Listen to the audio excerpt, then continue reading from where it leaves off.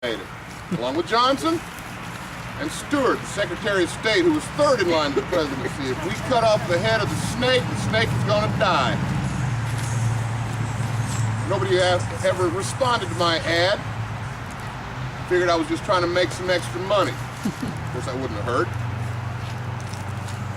I followed it up with a nice speech called Death to Tyrants. That's where things started to go wrong. About 6 weeks later, Booth puts a bullet in the back of Lincoln's head, jumps off the stage and hollers, "Death to tyrants." Word gets down here, Wilson's just run us over. He hears about my speech. He hears about Booth hollering from the stage as he limps his way into the history books and figures I had something to do with it. Everybody knew I was kidding. Yankees come down. I hear a knock on my door. I open my door to a sea of blue. Uniforms as far as the eye can see. Were you responsible for the conspiracy to assassinate the president? No, I was kidding.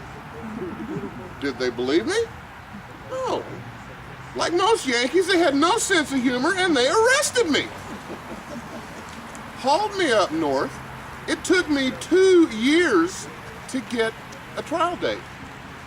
My wife went to some of her unionist friends, which basically the provisional governor of Alabama, and finally got me a trial date. They found that there was no evidence to support that I was involved in the conspiracy at all, which I'd been telling them from the beginning. So they released me, and I came home to my beloved Cahaba, which in my absence had been destroyed by one of the many floods that plagues Cahaba to this day.